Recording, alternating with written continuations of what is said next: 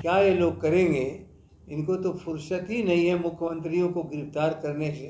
अरे नीट परीक्षा संस्थागत करप्शन है। आरजेडी के प्रदेश अध्यक्ष जगदानंद सिंह ने आपराधिक कानून पर बड़ा बयान दिया है और उन्होंने कहा है कि इस पूरे मामले पर अभी कुछ भी बोलना सही नहीं होगा। इसके साथ ही नीट प्रश्न पत्र लीक मामले पर भी उन्होंने सरकार पर निशाना साधा। इस पूरे मामले को लेकर क्या कुछ कह रहे हैं जगदानंद प्रसाद सिंह, आइए सुनाते हैं। सरजी समाजवादियों के अंदर एक महत्वपूर्ण व्यक्तित्व के शामिल थे। जनता उम्मीदवार के रूप में पहली मर्तबा वह चुनाव लड़े थे और उस समय के स्थापित नेता सेठ गोविंद दास को उन्होंने हराया था। उनका कार्य क्षेत्र मध्य प्रदेश रहा, उत्तर प्रदेश भी रहा और अपने अंतिम समय में बिहार जैसी क्रांति की भूमि पर अपने पूरा उन्होंने समय लगाया। विद्यार्थी जीवन से वह यश व यश से लेकर के अंतिम दिनों तक समाजवाद के प्रति प्रतिबद्ध रहे।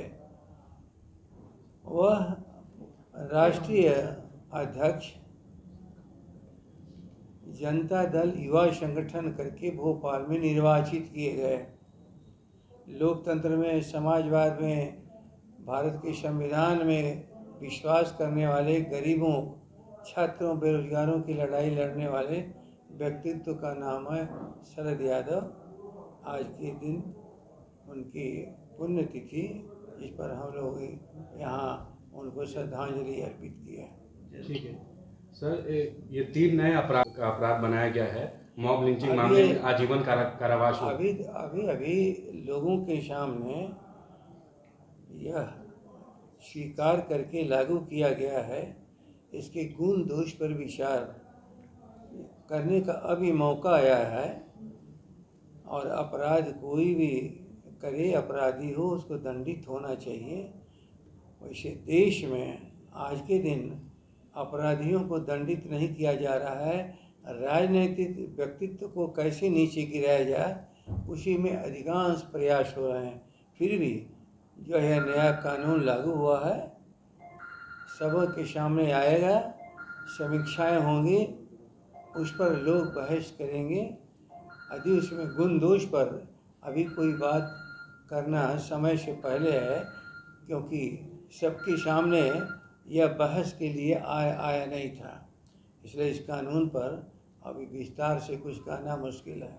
सर, एक आखिरी सवाल है।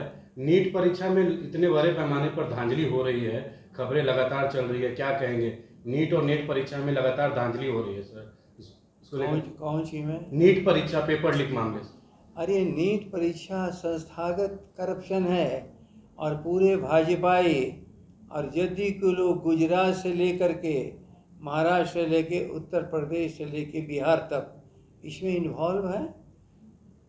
अब अंतिम चरण में क्या ये लोग करेंगे? इनको तो फुर्सत ही नहीं है मुख्यमंत्रियों को गिरफ्तार करने से। जहां हाई कोर्ट कह रहा आधारहीन आरोप में झारखंड के मुख्यमंत्री को जेल के भीतर रखा गया, इसी में सारी उनकी अभी लगी हुई है ऊर्जा और अपराधी मौज कर रहे हैं। ढांचे ढह रहे हैं, सामाजिक ढांचे छिन्न भिन्न हो रहा है और जहाँ तक रहा है परीक्षाओं की, इसकी शुद्धता और पवित्रता को इन लोगों ने नष्ट कर डाला है।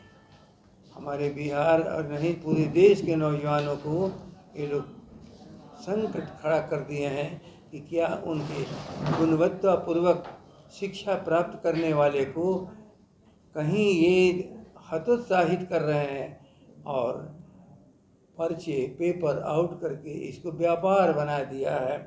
ऐसे लोग देश के सामने डॉक्टर और इंजीनियर के रूप में जाएंगे, लोग इंसान मरेगा, पुल और ढांचे ढहेंगे। यही हो रहा है इस देश में। ठीक है, थैंक यू। के जयंती समारोह, शरद यादव का जयंती समारोह मनाया गया, उसको लेकर थोड़ा सा। और आज एक विषय बहुत महत्वपूर्ण है कि देश में 3 नए कानून जो लागू किए गए हैं। बस जैसा कि आपने सुना कि उनका कहना है कि ये एक संगठित संस्था है जिसके द्वारा प्रश्न पत्र आउट किए जा रहे हैं, लेकिन सरकार की ये उदासीनता है जिस पर अब तक कोई भी कार्रवाई नहीं की गई है। दर्शन न्यूज़ के लिए ज्ञानेंद्र की रिपोर्ट।